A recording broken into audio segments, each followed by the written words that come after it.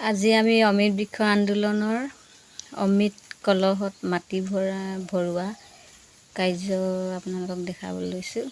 আমাৰ আত্মসহায়ক গোটৰ সকলো সদস্যই এমুঠিকে মাটি অমৃত কলহত ভৰাই আজি আমি পালন কৰিবলৈ লৈছোঁ। আপোনালোককো দেখাইছোঁ। চাই ভাল পালে এটা লাইক কৰিব আৰু ছাবস্ক্ৰাইব কৰি দিব আপোনালোকে। এয়া চাব।